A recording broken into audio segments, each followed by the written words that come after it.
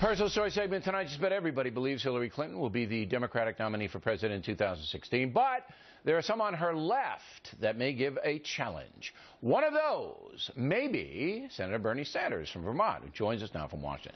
So, Senator, I'm not going to debate you tonight. I just want to get your positions on the record. I might give you a little jazz, but primarily I just want to know what you think. So let's start with number one. You are a socialist. What does that mean? What it means is that we have a lot to learn from democratic socialist governments that have existed in countries like Denmark, Sweden, Finland, Norway, where all people have health care as a right, where higher education is free, where they have a strong child care program, where they don't have the massive type of income and wealth inequality that we have in the United States of America. All right, so cradle to grave entitlements, then, in order to raise the money to do that in a nation of 320 million, because Sweden has 9 million, all right, you have to tax. So, yep. I make a lot of money. Did you know that, Senator? I kind of guessed that. Yeah, I make a lot. So, what is my income tax rate under your administration? What would it be? It'll be more than it is right now. No, give me a number. Give me a, you know. No, I'm not going to give you a number. It's something that you have to look at and study. 70, 80%? Well, we used to have, as you know, under Dwight D. Eisenhower, I think the nominal tax rates were over 90%. Yeah, but you know. The point is, look, Bill, you have massive income and wealth inequality. You got 1 out of 4 corporations in this country paying nothing in taxes. GE has not paid federal income taxes. But you got to give me, as a voter, an idea of what kind of pain you're going to inflict on me. So, well, you're not going to get it right now. That's a policy question. All right, you're going to punt on that one. Okay. Not punting on it. You're going to pay more. How much more, I can't tell you. But if you want to run for president, you have to tell me. Okay. Now, but we've got a little time on that. Putin. Okay. So Putin is going to seize Crimea. What do you do to Putin? Well, I think, first of all, the lesson that we learn is that we don't repeat what happened in Iraq and Afghanistan, where the United States virtually did it alone. We are a tight global community. The entire world has got to stand up to Putin. We've got to deal with sanctions. We have to deal with freezing assets. But the entire world has got to take action against Russian imperialism. You're President Sanders, and you bring in Merkel, and you bring in everybody else in Europe. You go, this is what I want to do to Putin. What do you want to do, Senator? What do you want to do to him? Well, you totally isolate them politically. You totally isolate them economically. They have assets give me one example of an economic sanction you would like to see.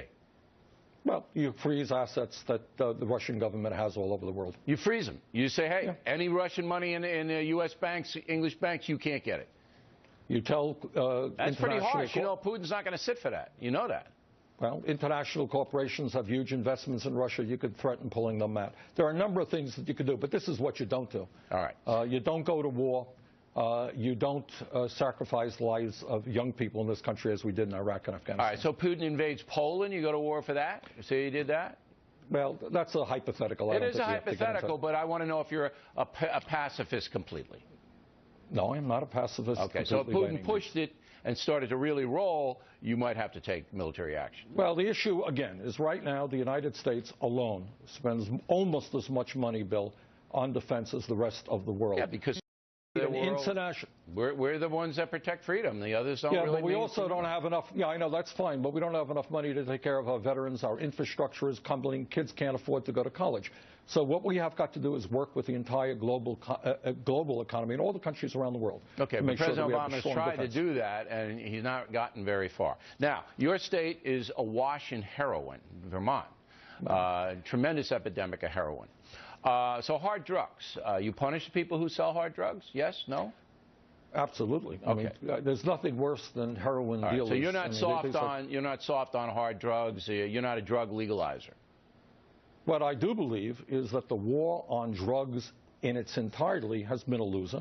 We got a whole lot of people in jail who should not be in jail. Who shouldn't be in jail? Somebody who sells heroin? Somebody who sells crack? No, somebody who sells heroin should be in jail big time. Somebody who's smoking a little marijuana should not be in jail. But there's not too many of them in jail. Very, very few. And usually those are plea downs from major weight.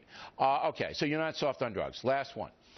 Under President Obama, median income in this country has fallen $7,000 on average, which is a disaster. And that's what the economy is all about. Workers aren't making enough money. How do you turn that around? Good question. And that's ultimately the most important question, Bill, because the middle class of America is collapsing, has been collapsing for 30 years. It's silly to just blame this on Obama. Middle class is collapsing, poverty is up, and the rich are doing phenomenally well. What do? What you do is say that in America we're going to rebuild our crumbling infrastructure.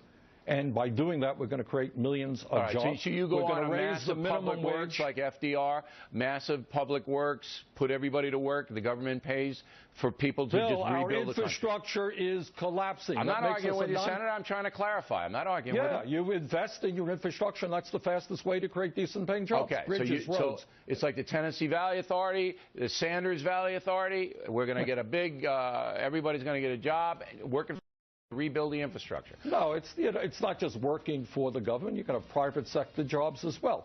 But the point is, when real unemployment today is close to 13%, youth unemployment is at 20%, it is absolutely imperative that our highest priority is to put people back to work. All right. But they got to want to work, and you got to give them an incentive to work. Hey, Senator, we'll continue the conversation. What are the odds that you run for president? 10 to 1, 50 to 1, what is it? We will wait patiently and see, Bill. It's still pretty early. All right. We appreciate you coming on.